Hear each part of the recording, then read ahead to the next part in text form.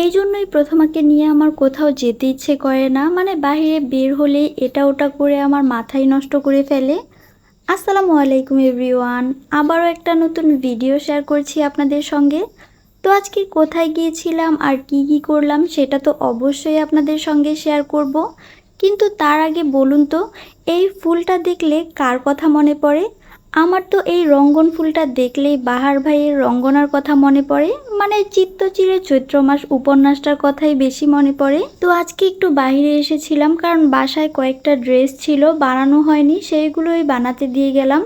তো সব কিছু বুঝিয়ে দেওয়ার পরে চলে এসেছি কিছু টুকটাক জিনিস নেওয়ার জন্য।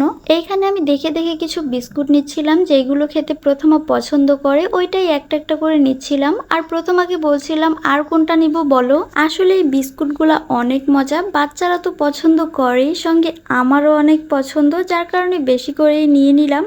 কারণ আমি তো বলেছি যে আমার ঘুম থেকে উঠলেই ক্ষুধা লাগে, কিংবা এমনিও যদি বসে থাকি তখনও ক্ষুধা লাগে, যার কারণে এগুলো বেশি করে নেওয়া হয়।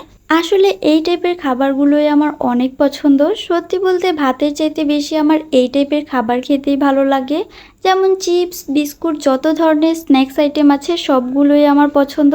আবার তো ফাস্ট ফুড আছেই, সেটা আর কি বলবো, সেটা তো আরও বেশি পছন্দ। আর সবশেষে যদি ফুচকার ঝালমুড়ির কথা বলি, তাহলে তো বলবো ফুচকা আমার ইমোশন।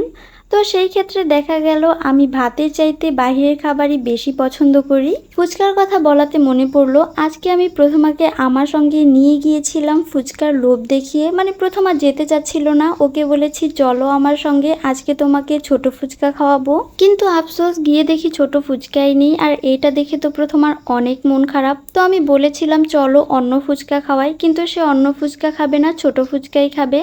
তাই বলেছি ঠিক আছে, ইনশাল্লাহ আবার সামনে কোনো দিন নিয়ে গিয়ে তোমাকে ছোট ফুচকা খাইয়ে আনবো। কিন্তু প্রথমাকে সঙ্গে করে বাইরে নিয়ে গেলে তেমন কিছুই খেতে চায় না, শুধুমাত্র দুইটা জিনিসই সে খেতে চায়।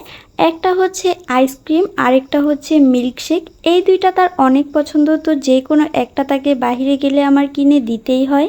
এইখানে হচ্ছে প্রথমা পুরো ফ্রিজের মধ্যে ডিসকোন আইসক্রিম খুঁজছে, কিন্তু আফসোস বেচারির জন্য একটা ডিসকোন আইসক্রিমও ছিল না, মানে আজকে তার লাকটাই খারাপ। পরে হচ্ছে এই কোন আইসক্রিমটা নেয়, কারণ আমি বলেছিলাম এখন আপাতত যে কোনো একটা নাও, পরে যখন আবার ডিসকোন আসবে তখন এসে ডিসকোন নিয়ে যেও। আসলে বাহিরে যে পরিমাণ গরম, বাইরে গিয়ে যদি ঠান্ডা কিছু না খাওয়া হয় তাহলে মনে হয় আত্মাটা একদম বের হয়ে যাবে। আমি তো বাসা থেকে বের হলে আগে একটা ঠান্ডা কোক হাতে নিয়ে নিই, কারণ আমার অনেক পানি পিপাসা লাগে। তো যাই হোক, সব কিছু নেওয়া শেষ, এখন হচ্ছে বাসার জন্য কিছু ফল নিয়ে নিচ্ছি। আর আজকের ভিডিওটা আমি এইখানেই শেষ করছি। সবাই ভালো থাকবেন, সুস্থ থাকবেন, আর বেশি বেশি দোয়া করবেন। আল্লাহ হাফেজ।